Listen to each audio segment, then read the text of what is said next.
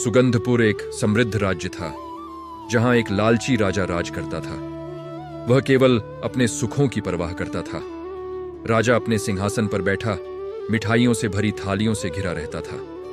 लड्डू, बर्फी और मोदक उसके सामने सजे थे। वह अकेले ही इन स्वादिष्ट व्यंजनों का आनंद लेता, जबकि महल के बाहर उसकी प्रजा भूखी और दुखी रहती थी। उसने घोषणा की, ये सभी मोदक केवल मेरे हैं। प्रजा के चेहरों पर निराशा छा गई। महल से दूर एक बरगद के पेड़ के नीचे बुद्धिमान गणेश विराजमान थे। उनके पास उनका वाहन मूषक बैठा था। गणेश मुस्कुराए और बोले, जो मिठास को नहीं बांटता वह जल्द ही कड़वाहट चखेगा। राजा ने महल में मोदकों का एक विशाल पहाड़ बनाने का आदेश दिया, जो उसके सिंहासन से भी ऊंचा था। मिठाइयों की मनमोहक खुशबू पूरे महल में फैल गई।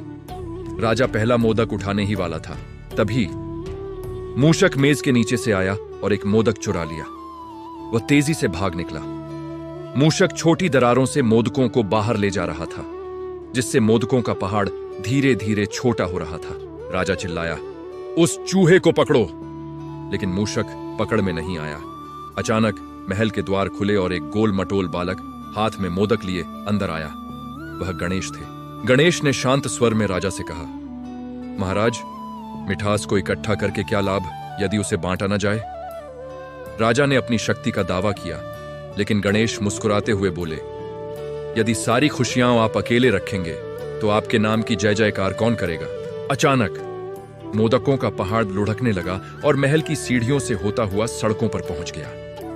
बच्चे खुशी से उछल पड़े और लोग हंसते हुए मोदक बांटने लगे। सड़कों पर उत्सव का माहौल था। राजा बाहर आया और देखा कि प्रजा साथ मिलकर उत्सव मना रही है। उसकी आंखें नम हो गईं। उसने अपनी गलती स्वीकार की। सच्ची शक्ति बांटने में है, अकेले रखने में नहीं।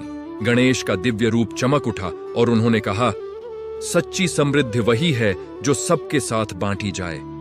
राजा ने वचन दिया कि वह अपनी संपत्ति और अन्न प्रजा के साथ बांटेगा। महल उत्सव स्थल बन गया। दीपक जल उठे, संगीत गूंज उठा और रसोई सबके लिए खुल गई। ऊपर से गणेश और मूषक मुस्कुराते हुए यह दृश्य देख रहे थे।